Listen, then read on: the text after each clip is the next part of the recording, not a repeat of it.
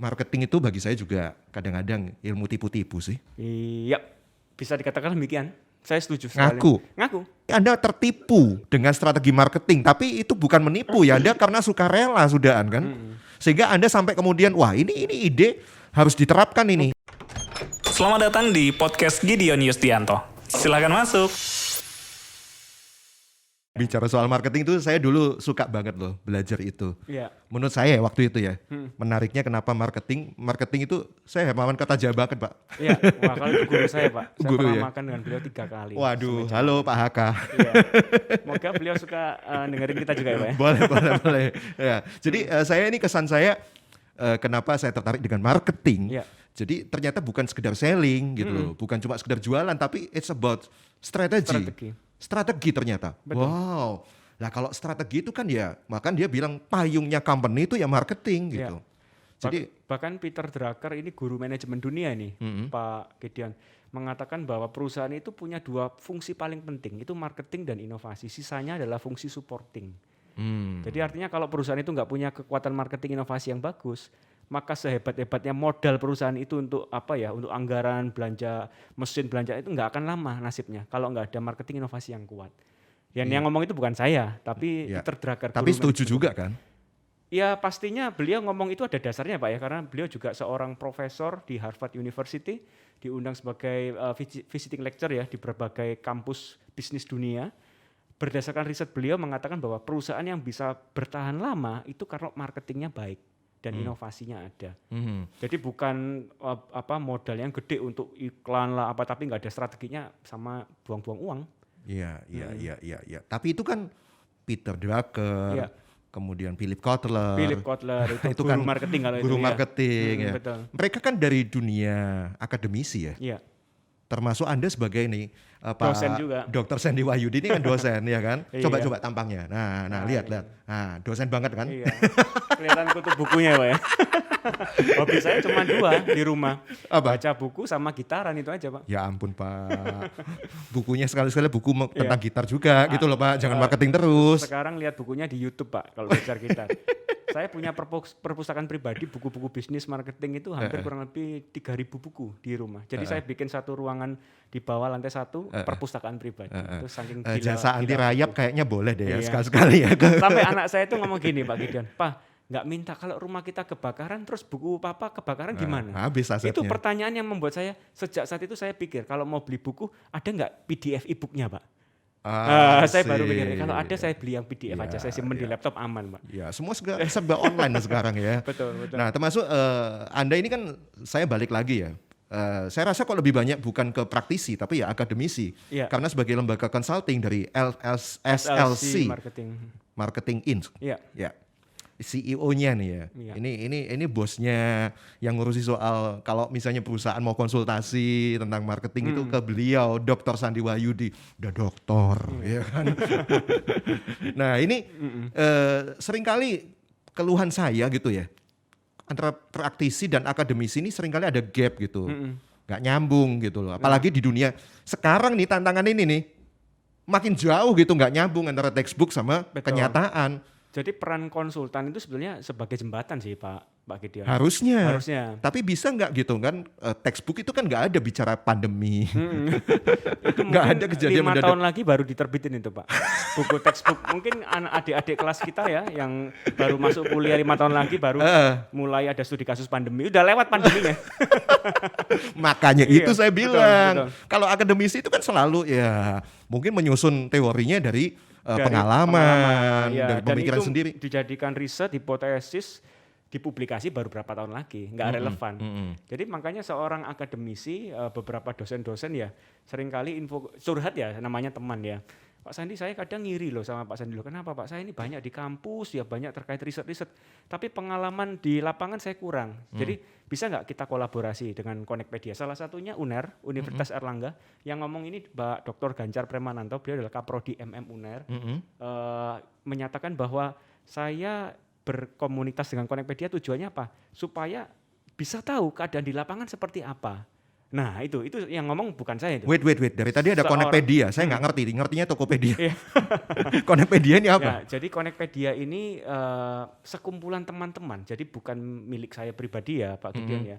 Tapi teman-teman kumpul, ini teman-teman konsultan IT, konsultan pajak, konsultan ISO, konsultan marketing, konsultan finance dan beberapa konsultan lain yang dibutuhkan bisnis ya untuk berkembang. Nggak butuh konsultasi pencitraan gitu Pak. Saya ahli Pak mencitrakan diri. Personal branding Iya. consultant juga ada. Ayo Pak betul. Gideon gabung. Silakan Pak. Wah ini dapat partner baru nih hari ini nih.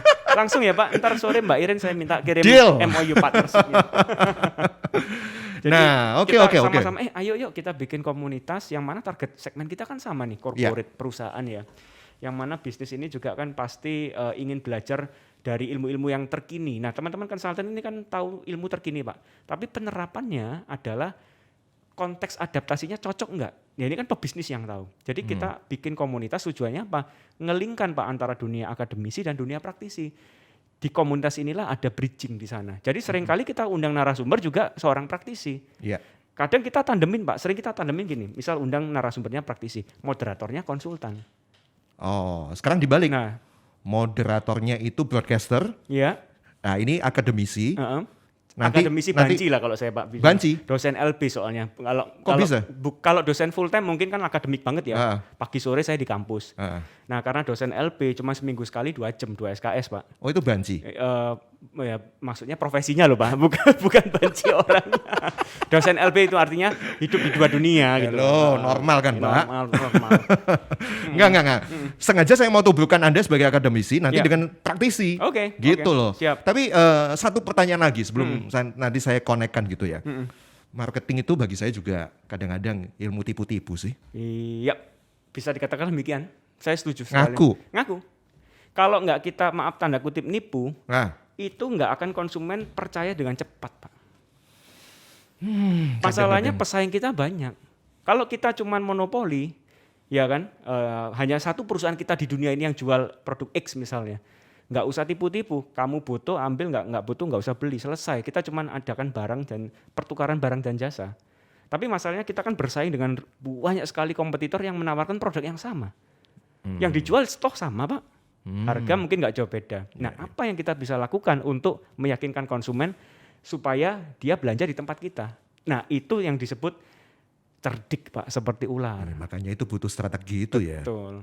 Tapi lagi balik-balik strategi tipu-tipu. Tipu. Terus tulusnya di Iya. mana? Oke, ada istilah blue gray area ya Pak ya. Gray area di Nah, marketing ini gray area ini repot ini. Gray area di marketing ini gini. Bapak sering kali lihat ya iklan, gede diskon 50% atau gratis, ada tanda bintang kecil Pak. Syarat dan ketentuan berlaku. SK berlaku kecil sekali. Sebetulnya Itu jengkelin. itu sebetulnya bukan menipu. Karena apa? Karena sudah dituliskan bintang kecil SK berlaku. Ya. Artinya kalau Anda kalau mau ambil ini diskon atau gratisnya, Heeh. kontak tim kami. Kok nggak bintangnya yang digedein? Nah itu kalau bintangnya gedein, Heeh. orang akhirnya nggak mau tanya Pak. Nah itu gray area-nya di sana, benar kan? Nah, Iya. Itu strateginya di situ. Iya, itu salah satu Makanya, tool sih, salah satu tool. Kadang-kadang ini tentang personal branding itu kan akhirnya juga ya beberapa tokoh politikus lah ya. Iya. Pencitraan. Mereka kan sedang menjalankan marketing itu kan. Yes, Iya untuk kan? sampai Tapi- selesai dipilih nggak lama lupa janjinya. Nah, itu akhirnya di jadi dalam- negatif. Di dalam marketing, saya kan terikat di asosiasi marketing dunia Pak ya, di AMA, American Marketing Association dan CIM, ya, Chartered Institute Marketing UK. Nah di sana ada kode etik konsultan marketing, ada etika. Apa itu Nah, etikanya? satu yang mungkin sering dilanggar di Indonesia adalah kalau target segmen kita anak-anak, Pak, misalnya susu, pampers itu nggak boleh menunjukkan sosok anak-anak. Dilanggar sudah. Dulu Indonesia maaf iklan rokok, batang rokok kan dilihat. Iya, Sekarang langsung. sudah nggak. Heeh. Sekarang sudah nggak. Sudah nggak boleh, dilarang kan untuk dari Forum Penyiaran Indonesia kan sudah nggak boleh itu Pak. Oh gitu ya. Nggak boleh kan nunjukin maaf batang rokoknya kan. Nah, tapi ada beberapa hal lain yang masih sebetulnya itu nggak boleh, seperti iklan kepada anak itu nggak boleh. Nah, contoh seperti itu yang masih di Indonesia belum terlalu kuat untuk ditegakkan. Iya. Jadi etika itulah yang menjagai konteks kalau kita bicara tentang tadi Bapak cerdik seperti ular tapi tulus seperti merpati ya Iya. itu ya. Etika itu kan Betul. kadang-kadang bisa juga kita tabrakkan dengan hati nurani kita ya. Mm-mm. Waduh ini Jadi- etikanya nggak boleh nih. Itu Kalau- kan hati nurani yang bicara. Yes, sebetulnya kalau misalnya kita ada di dalam hati ya Pak ya. Wah ini kalau nanti ada komplain, kalau ukur saya misalnya kasih consulting ke klien Pak, loh Pak Sandi ini apa enggak bohong-bohongin orang gitu kan. Loh gini Pak, sudut pandangnya kalau Bapak sebelum launching promo ini, coba Bapak testing ke keluarga, ke saudara atau mungkin ke karyawan. Kira-kira mereka merasa bahwa ini bluffing enggak, ini scamming enggak, ini bohong-bohong enggak. Kalau mereka merasa ya wajar sih, ya wajar jalan Pak. Tapi kalau merasa nggak wajar dan ternyata Bapak launching ada komplain, dan maaf diviralkan di medsos ya Pak ya, karena ini penipu apa. Nah itu baru sudah etika marketing Bapak langgar. Jadi menurut saya secantik kita bikin program marketing Pak, strategi marketing, selama itu tidak melanggar aturan yang negara ini punya, is okay Pak. Walaupun maaf aturan di negara kita ini banyak yang kalau kode etik marketing dunia itu lebih strict lagi Pak. Jadi kadang kita mainkan beberapa kode etik yang bisa masih dimainkan di Indonesia untuk strategi promosi marketing. Di situ ya, cerdiknya ya. Cerdiknya di situ sih. Tapi tetap tulus ya Pak ya, harus tulus. Oke. Jadi itulah seninya marketing. Makanya saya seneng gitu ngutak-ngatik tentang strategi marketing ini gitu, apalagi di masa sekarang gitu ya. Marketing sama selling beda Pak. Beda memang, kan tadi saya udah bilang. Betul. Kalau teman-teman menganggap bahwa untuk marketing ini untuk ningkatin penjualan, sebetulnya itu salah satu akibat. Terlalu sempit. Ya. Biar nggak terlalu akademisi lah ya. Kali ini saya hadirkan ada Bapak Kuncoro Tanudirjo. Beliau adalah top CEO-nya La Tulip Kosmetik yang udah kita kenal. Oke, Pak Kuncoro, baik-baik saja di sana, sehat ya? Sehat semua. Selamat siang ini Pak Gideon, ini Pak Sandy ya. Iya Pak Sandy. Ya, La Tulip Kosmetik itu produk yang dulu dipakai mama saya sejak kecil. Lama ya. Jadi saya tebak Pak Kuncoro ini pasti bukan generasi yang pertama. Ya, memang saya kan second generation, Pak. Bener kan? Ini produk yang legend ini sudah gitu loh. Dari hand body-nya, dari pokoknya perawatan kulit lah, wajah semua itu ya. Oke. Gini, kita kan mau bicara soal marketing nih ya Pak Kun ya.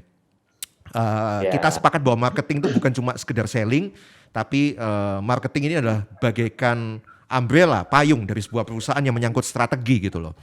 Nah, walaupun Anda sebagai second generation, tapi akhirnya Anda harus alih ambil strategi ini. Dan kita tadi bicara juga bagaimana kita ini tantangannya di tengah serigala, kita ini statusnya domba, tapi kita dituntut oleh Tuhan itu supaya kita tulus seperti merpati, tapi ya ada unsur cerdiknya seperti ular gitu. Nah, saya tadi bilang ke Pak Sandy, kadang-kadang marketing itu kayak bagi saya itu bagikan ilmu tipu-tipu lah. Supaya pencitraan yang awalnya itu kesannya harga sekian, di leverage jadi mahal gitu. Nah itu seninya kayak gitu, bagi saya sesimpel itu marketing. Kalau versinya Pak Kuncoro bagaimana ini? Selama Anda jalankan perusahaan ini? Oke, sebelum saya jawab, saya akan tanya dulu kepada Pak Dr. Sandy. Apakah Pak Dr. Sandy yang memang ahli di bidang marketing ini setuju statement dari Pak Gideon kalau marketing ini tipu-tipu? Itu dulu. Tadi di awal saya bilang setuju Pak, karena kita marketing di gray area. Ada beberapa hal yang memang kalau kita tidak lakukan itu maka kita tidak bisa membedakan diri dengan pesaing Pak. Karena persaingan juga ketat ya Pak ya, kita juga harus memenangkan konsumen supaya lebih percaya dengan produk kita. Seperti contoh tadi Pak Kun, saya kasih ilustrasi. Diskon 50% atau gratis, ada tanda bintang kecil Pak, SK berlaku. Kecil sekali tulisannya, SK berlaku misalnya Pak ya. Nah menurut saya itu tidak menipu secara langsung ya Pak ya. Ya, tipu-tipu tanda kutip lah. Orang supaya nonton, lihat dulu, ini gratis nih. Padahal setelah dilihat lebih detail, ada syarat ketentuan berlaku toh. Nah kayak gitu Pak, saya tadi jawab demikian. Tapi meskipun tanda kutip ditipu, tapi konsumen tuh rela gitu kan. Iya, tetap mereka antusias untuk bertanya. Minimal mereka bertanya Pak. Dan memang kalau ada ketertarikan, why not mereka beli juga. Iya. Dengan SK berlaku tadi ya. Iya. Oke, saya boleh jawab dengan pengalaman saya Pak? Boleh. Ya, justru itu yang bernilai. Iya, Pak. Bagaimana Pak? Pengalaman saya sebagai konsumen. Silakan Pak. Iya, silakan. Suatu saat saya dari Instagram saya itu timbul sponsorship kopi. Saya lagi demen kopi nih sekarang. Oke. Nah, ini orang Surabaya ataupun orang Indonesia itu suka dengan diskon, Pak. Betul. Terutama Surabaya. Hmm. Di sana tulis belanja hanya 1 kali ini, diskonnya 90%. Wow. Bombastis. Ya. Ya. Nah, saya refleks, saya lakukan, Pak. Biasanya saya nggak pernah ngurus pembelian, mohon maaf, yang kecil-kecil seperti ini karena waktu saya juga terbatas. Itu saya beli 1 pak kopi harga 60.000, Pak. Nah, itu karena saya demen, saya beli. Saya dengan happy-nya aja melakukan ini, saya habis waktu setengah jam itu, Pak. Untuk belanja ya? Beli 4 bungkus. Oke. Ya, saya nggak detail, Pak. Saya klik aja, beli 4 kali 60 sekitar 250. Iya. Pada saat saya mau bayar, saya juga nggak berpikir panjang ya, karena ya satu sibuk, maaf, saya bukannya tidak ada rasa ini, mohon maaf, ini kan bagi saya angka yang cukup ya gampang lah, mohon maaf ya. Terjangkau buat Bapak, oke. Diskonnya 50.000, Pak. Iya. Katanya 90% tadi ya? Iya. Oke. Nah, tentu saya nggak mungkin batalin dong. Saya sudah buang waktu 30 menit gitu kan. Iya. Saya ingin belajar varian-varian kopi itu. Saya bayar, saya pelajarin. Ya, diskon 90%, itu maksimal 50.000. Iya. Kondisinya. Iya. Pak, saya baca. Saya mau tanda kutip nih menyengsarakan penjual kopi itu atau sesuai dengan kebutuhan saya. Kalau saya mau menyengsarakan penjual kopi itu, saya beli 1 pak, Pak. 60.000, diskonnya 90%. Iya. Jadinya ya 50.000 itu gitu. Iya, perbuatan yang irasional tapi kejengkelan, penuh kedengkian menurut saya. Tapi itu makanya kita kalau ngomong kedengkian itu nanti pedang bermata dua kena kita sendiri juga. Karena ongkos transportnya minimal juga 30.000, Pak. Betul. Jatuhnya tetap aja. Oke. Terus gimana, Pak? Jadi saya dapat benefit, Pak. Saya belajar, saya langsung kirim data ini kepada tim kreatif saya yang ngurusi bagian marketing, khusus anak-anak muda yang dunia online. Ini saya baru bukan kena tipu nih, kena nih. Kreativitasnya ya, Pak. Hasil sebuah. Kalian bisa contoh. Iya. Tapi yang kedua, sebagai consumer, kita harus teliti sebelum membeli. Kenapa kita nggak teliti? Iya. Apa kita tamak? Firman Tuhan bilang jangan tamak. Iya. Itu tamak, Pak. Iya. Iya. Tamak terus dimakan dengan kecerdikan itu. Ya, tapi Anda harus teliti, Anda harus wise. Anda harus punya hikmat. Iya. Pak Gideon kalau tanya saya bagaimana kita memulai bisnis dengan benar, pertama kita gunakan hikmat yang diberikan oleh Tuhan. Kita memperlakukan hikmat, hati yang tulus dan bersih, dan tentunya kita harus bekerja dengan rajin dan giat. Itu kuncinya, Pak. Jangan terlalu banyak, nggak pakai teori A, B, C, D, E, F, G, walaupun nanti di lapangan apa yang kita lakukan ini bisa terbaca oleh teorinya Pak Sandy. Itu nanti masuk semua, Pak. Apa yang saya lakukan itu kalau dicari di ilmu teori marketing itu pasti ada. Itu tadi salahnya Anda tidak jeli. Ya saya keterbatasan waktu. Ya seneng, Pak, klik gitu, seneng. Oke, berarti dalam hal ini benar kan, Pak, bahwa dalam hal ini Anda tertipu dengan strategi marketing, tapi itu bukan menipu ya, Anda karena sukarela sudahan kan, sehingga Anda sampai kemudian wah ini ide harus diterapkan ini. Mungkin Ada bukan tertipu Pak Gideon, terjebak Pak. terjebak. Iya. Oh iya, Di terjebak marketing ya. itu ada teori captivated marketing. Captive itu tertawan. Oh iya. Jadi sudah tertawan. dengan diskon Tertawan yang 90% itu, Betul, ya. Padahal betul. kena ongkos kirim Iya. 30.000. Yang tertawan pun sekarang happy juga kok Pak. Ini Nah Pak. makanya happy juga yang tertawan. Iya. Oke. Kalau ya. Gimana? Bagaimana kita mensikapi suatu problem untuk kita ambil manfaat. Ini teori ekonominya, teori marketingnya ada, merubah threat menjadi opportunity. Yes, iya. Saya seolah-olah threat kebohong nih, tapi saya opportunity itu satu grup perusahaan saya ajarin untuk lain kali kalian. Iya, betul. Ilmunya dapat ya Pak. Dia janji konsumen akhirnya dia niru. Iya. Kalau produsen seperti itu tuh gimana? Ini kelihatannya Pak Gideon ini sukanya bahasa yang bombastis. Kalau nggak gitu Yang nggak jelas jadi juga, podcaster gitu. nih Pak. Pak Sandy, tolong dinetralisir ini. Iya. Bagus gitu kan. Saya tadi takut Pak di awal Pak. Nggak bisa kena jebakan bombastis nih Pak. Oke. Nah sekarang di market yang sudah semakin online ya, untuk Tulip Cosmetics sendiri ini bagaimana strategi itu? Jadi semakin gencar ya untuk menuju ke globalisasi dengan dunia digital ini. Iya. Awalnya Jadi dulu memang- generasi pertama kan tradisional gitu ya. Ada shifting, Pak. Memang ada shifting. Iya, Pola pergerakan belanja masyarakat, betul. ya internasional maupun di Indonesia, online dan lain-lain, digital ini menjadi suatu menjadi suatu bagian dari yang ada, masuk. Ya kalau Bapak tanya ya, tadi kan saya sebutin, saya harus bentuk suatu tim anak-anak muda, Pak. Bukan anak-anak muda, lebih bawah dari anak muda. Anak remaja, Gen Z ya, fresh Pak, ya? graduate yang Iya. urus-urus seperti ini. Saya berikan contoh faktual, Pak. 2. Iya. Apa itu?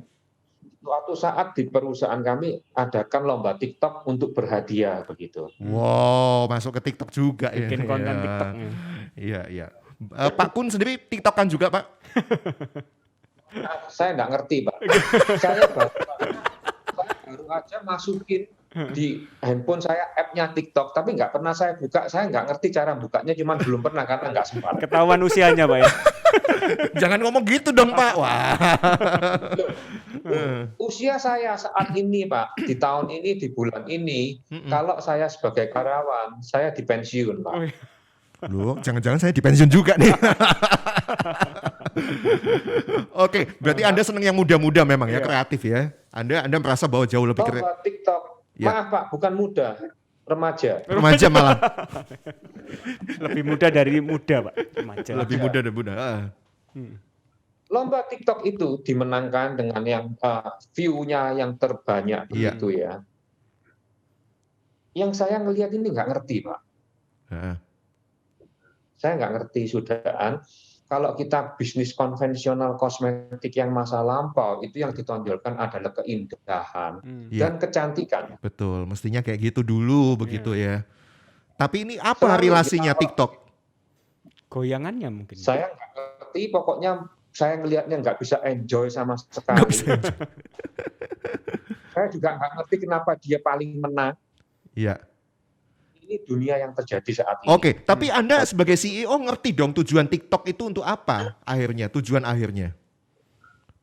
Begini, saya jujur, masalah ini seperti ini saya mungkin keterbatasan waktu untuk belajar secara detail. Saya akhirnya bermain global. Bukan detailnya Pak, tujuan akhirnya. Loh iya, pasti kan. Tujuan akhirnya adalah promosi dan dilihat konsumen. Promosi, oke. Ya. Saya akan melihatnya dalam segi yield. Iya. Saya kalau belajar, Pak, suruh belajar begini, maaf saya nggak kerja lainnya, Pak. Iya. Saya punya divisi yang anak-anak remaja ini sudah, kalian butuh budget berapa, saya kasih berapa, oke saya setujuin, saya tinggal sesudah kalian lakukan, mana evaluasinya, mana dampaknya, titik. Saya nggak ada proses. Iyalah. Kelamaan. Betul lah, situ kan udah CEO, ngapain ngurusin kayak begituan. Kalau enggak jadi CEO sungguhan Pak, Chief Everything Officer semua diurusin Pak. Bukan Chief Executive ya, Chief Everything nanti. Bapak bisa aja plesetannya. Oke. Satu, Pak. Ya, oke, satu. Contoh kedua, Pak. Suatu saat ini kita kan, ya saya sama yayasan lah, sering ngadain untuk anak-anak muda sekolah kita, untuk menambahkan wawasan kebangsaan dan lain-lain, terutama sekolah-sekolah swasta. Iya. Ini kan, Pak, kalau saya waktu kita sekolah kuliah ada penataran P4, sekarang P4 udah nggak ada, kira-kira asumsi saya loh nih, Iya. anak-anak muda sekarang ini kan udah nggak ngerti Pancasila atau gimana, sok enaknya sendiri hidup gitu kan. Iya, iya, iya. Nah, mau isi acara mungkin di sekolah SMP dan SMA, salah satu di Surabaya. Iya. Itu kita isi wawasan kebangsaan, ya tentu ada tokoh nasional waktu itu, misalkan bagian P4 dan lain-lain. Nah, kalau diisi semacam itu tentu nggak menarik, Pak. Iya. Iya. Kita panggil yang kita survei ke anak-anak sekolah ini. Apa yang? Salah satunya ini Ernest Prakarsa. Oke, Komedian. stand up komedian. Ya. Betul. Di samping dia juga adalah produsen film. Iya, iya, iya, iya. Saya nggak detail. Kalian mau minta itu kita arrange, oke masuk. Salah satu pengurus sekolah bilang, ini termasuk yang minta ini anak saya. Teman saya nih si pengurus sekolah ini dia ngomong begini. Tanya ke anaknya, karena ini anak saya udah di fakultas semua ya waktu itu ya. Iya. Kenapa kamu suka sama ini? Atau dia lihat videonya si Ernest Prakarsa ini. Si teman saya, bapaknya ini ngelihat, saya ngelihatnya video komedinya si Ernest Prakarsa ini, saya ngelihatnya amat terbengong-bengong, nggak ngerti apa yang dia omong, nggak bisa ketawa. Tapi anak saya yang SMP itu melihat itu tertawa terpingkal-pingkal. Wah, untung. Saya berarti masih remaja. Ya. Saya ini penggemarnya Ernest Prakasa. Semua bukunya saya beli. Bahasanya semua nyambung. filmnya saya tonton. Iya. Jadi teman saya adalah seorang pebisnis yang sangat sibuk. Iya. Nggak bisa ketawa dia dengan Ernest Prakasa. Oke. Tapi anaknya bisa. Akhirnya jadi Anda pakai ya itu ya? Ya, kita panggil, ada kejadiannya dan semua ya sudah. Nah, ini dalam ilmu marketing kita. Kenapa saya juga dengan berani saat-saat ini meregenerasikan tim marketing saya. Wah, berani ya. Menyasar segmen yang lebih younger ya Pak, milenial ya Pak ya. Tetap stay relevan dengan marketnya ya Pak ya. Saya berani Pak, begitu pensiun terakhir, jadi begini, begitu kena pandemi, skala usaha agak berkurang, itu yang sudah pensiun dan akan pensiun kita strict 55 kita maaf golden seat. Ya, aturan pemerintah kan demikian juga, Pak. 55 ya, langsung 55. Ya, Pak ya. Langsung out. Tapi kalau nggak ada masalah ini, Pak, seringkali kita seperti saya comfort zone, Pak. Mereka ada orang senior, saya bekerjanya sangat gampang, Pak. Iya. Waktu cuma ngomong ABCD beres, saya happy. Nah, ini memang saya ini ada menghilangkan comfort zone. Nah, terpaksa karena saya juga mau efisien, saya urus sendiri semua sambil saya pelan-pelan mengcombine antara yang muda dan yang senior. Yang remaja katanya Pak, nggak mau yang muda. Betul, di remaja. Iya, biasalah. Gantian sekarang saya. Ya cincai lah. Kalau ngomong sama Pak Gideon harus hati-hati Pak, dikejar nanti Pak. Oke. Satu pertanyaan terakhir mungkin sebagai terakhir nih dari Pak Sandy pada ini Pak Kun. Kalau persiapan ini Pak Kun untuk tongkat estafet setelah Pak Kun ke generasi penerus Bapak, kira-kira seperti apa nih Pak? Strategi ke depan La Tulip nih Pak. Apalagi kompetitor banyak sekali ya Pak, kosmetik-kosmetik baru yang bermunculan, yang mungkin iklannya gencar-gencaran juga. Gimana Pak Kun? Wah ini kan buka rahasia dapur Pak. Ya kalau kok ditanya kan? Kalau Pak, dia minta dapur Anda dibuka. Pak. Bukan begitu Pak Gideon. Kan ini terkait marketing masih. Iya. Apalagi tadi kan diserahkan kepada yang muda-muda. Otomatis kan apa kira-kira strategi La Tulip tapi ya? kulitnya aja kan. Kulitnya aja. Kulitnya aja Pak, kalau boleh share Pak, biar teman-teman belajar dari Bapak juga. Enggak, secara garis besar sebetulnya sudah saya sebutkan sebelumnya Pak. Iya. Oke, Ya. sudah mulai meregenerasi, mulai mewadahi kreasi-kreasi ide-ide mereka itu sudah Seperti diwadahi. Ernest Prakarsa tadi kan. Ya. Remaja dan ya ini proses sama sebetulnya saat saya mulai ikut bergabung ya, kan saya menjadi istilahnya kernet lah, apa namanya pendamping supir. Nah ini saya mulai cari anak-anak remaja dan muda untuk mendampingi. Nah siapa personnya? Ya, siapa personnya? Bisa keluarga. Ya, nggak harus keluarga sendiri ya Pak ya. Yang ujung-ujungnya adalah tetap kita melihat dari profesional tanpa melihat ini siapa. Oke. Soalnya bukan kalau kita lepas semua kacau Pak. Ya. Karena market saya yang lama ini juga masih banyak. Kami hidupnya dari market yang lama. Oke. Jadi maksudnya nggak langsung gitu loh Pak transisinya. Ya ada transisinya, tapi sudah mulai disiapin gitu. Pak, kalau untuk ke karyawan kan berlaku 55 Pak, pensiun. Sekarang Pak Kun, maaf nih, udah di tahap itu nggak 55? Atau berapa tahun lagi? Kata beliau bulan ini 55 tadi ya Pak ya. Berarti harus siap resign dong Pak? Saya sudah sampai dengan konsultan saya semua sudah saya acarakan begitu. Sudah nulis surat wasiat. Gentle. Oke. Bagaimana masalah pensiun saya begini? Wah, nggak boleh katanya begitu. Terus? Ya memang belum waktunya lah, karena my first generation. Iya, berapa waktu itu? Sampai dengan 90 tahun itu masih ke kantor. Wih, 90 tahun masih ke kantor, Pak. Masih separuh usianya, Pak. Separuh. Iya. Tapi mau niat kayak gitu. Walaupun saya mungkin nggak se-ekstrem itulah. Saya juga mau ya fun. Oke. Pak Arianto berapa di sini, Pak? Iya, 4 tahun lagi ya, Pak ya. Oke. Ini Pak Arianto di sini maksudnya. Baik. Pak Kuncoro, senang sekali nih. Fun sekali ngobrolnya. Ternyata Top CEO ini ngobrolnya juga asik juga. Banyak sebenarnya rahasia-rahasia yang lain yang saya mau tanyakan, tapi next episode aja ya. Pak Sandy, terima kasih juga ya. Thank you, Pak udah datang di podcast Gideon Yustianto. Thank you. Sukses selalu Pak. Sukses buat Pak Kun. Thank you. Buat Latulipnya. Latulip, thank you. Yo, God bless. God bless you, thank you. Terima kasih sudah menyimak podcast Gideon Yustianto. Subscribe di channel Batra Yuda FM.